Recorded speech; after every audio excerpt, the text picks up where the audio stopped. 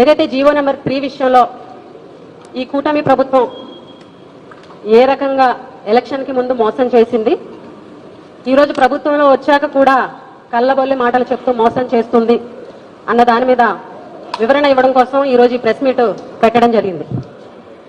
అసలు GO number 3కి సంబంధించి జరిగినటువంటి పరిణామాలు ఏంటి అన్నది వాస్తవ రూపంలో గిరిజన సోదరీమణులకు తెలియాల్సినటువంటి అవసరం ఉంది. ఏదైతే 2000 సంవత్సరంలో జీవో నెంబర్ 3ని తీసుకొచ్చిన తర్వాత 2002లో చేబ్రోలు లీలాప్రసాద్, బోడా వెంకటేశ్వరరావు అని ఇద్దరు వ్యక్తులు సుప్రీంకోర్టులో 2 పిటిషన్లు వేయడం జరిగింది. సివిల్ అప్పీల్ నెంబర్ 3609/2002, అదేవిధంగా సివిల్ అప్పీల్ నెంబర్ 7040/2002. ఈ 2 పిటిషన్లు కూడా 2002లో ఏప్రిల్ 26వ తారీఖున సుప్రీంకోర్టులో ఫైల్ చేయడం జరిగింది.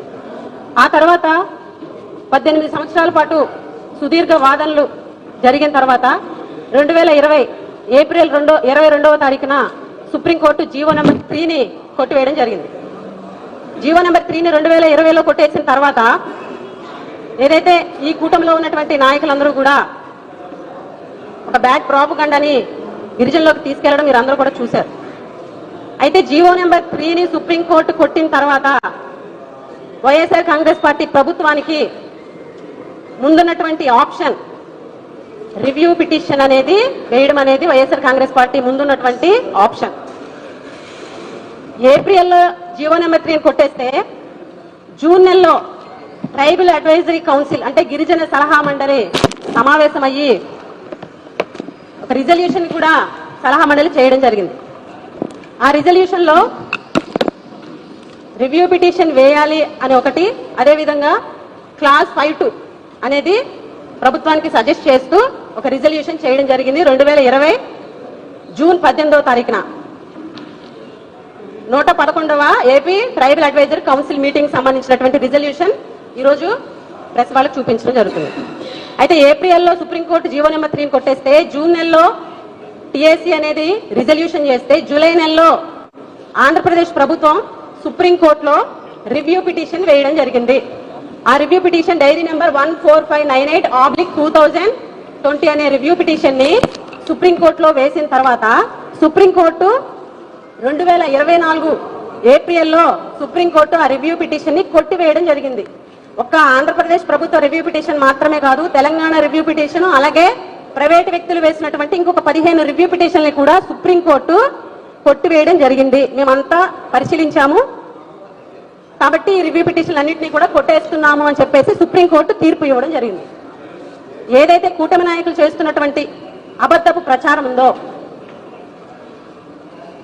రివ్యూ పిటిషనే వేయలేదని చెప్పినటువంటి మాట ఏదైతే ఉందో అది పచ్చి అబద్ధం.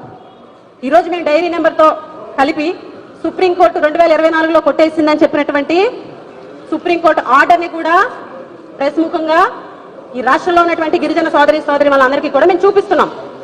ఈరోజు ఎలక్షన్ కి ముందు వీళ్ళు చెప్పినటువంటి మాటలు, ఎలక్షన్ తర్వాత చెప్పినటువంటి మాటలు గమనిస్తే చంద్రబాబు నాయుడు గారు ఎలక్షన్ కి ముందు అన్ని ఎలక్షన్ సభల్లో కూడా గిరిజనుల దగ్గరికి వెళ్ళినప్పుడు అటు అరకు, కురుపం ఎక్కడికి వెళ్ళినా ప్రతి బహిరంగ సభలో కూడా ఒక్కటే చెప్పడం జరిగింది. అదేంటి, జీవో నెంబర్ 3ని తెలుగుదేశం ప్రభుత్వం వస్తే పునరుద్ధరిస్తుంది అని చెప్పేసి చెప్పడం జరిగింది.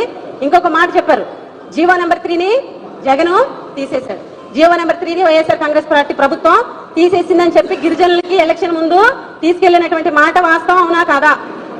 ఈరోజు ఇదే తెలుగుదేశం నాయకులు ఎలక్షన్ మేనిఫెస్టోలో 5వ పేజీలో ఎస్సీ ఎస్టీ సంక్షేమంలో మేనిఫెస్టోలో గిరిజనులకు ఇచ్చినటువంటి హామీ ఏజెన్సీలో ఆదివాసీ ఉపాధ్యాయుల నియామకం జీవో నెంబర్ 3 అనేది పునరుద్ధరణ అని చెప్పేసి చెప్పడం జరిగింది.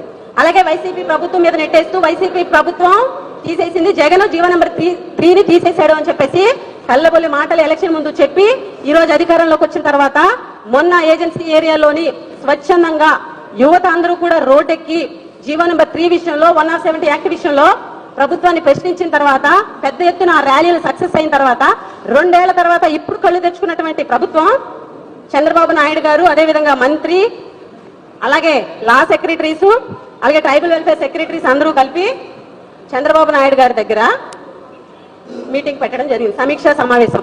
ఎప్పుడైతే ర్యాలీలు భారీ సక్సెస్ అయిన తర్వాత, ఈ మీటింగ్ అయిన తర్వాత ఏదైతే ఐఎన్పిఆర్ వాళ్ళు సీఎం వాళ్ళు ఇచ్చినటువంటి ప్రెస్ నోట్ ఏదైతే ఉందో ఆ ప్రెస్ నోట్ లో ఆ మీటింగ్ సారాంశం, చంద్రబాబు నాయుడు గారు చేసినటువంటి వ్యాఖ్యలు, ముఖ్యంగా కొన్ని వ్యాఖ్యలు చెప్తా.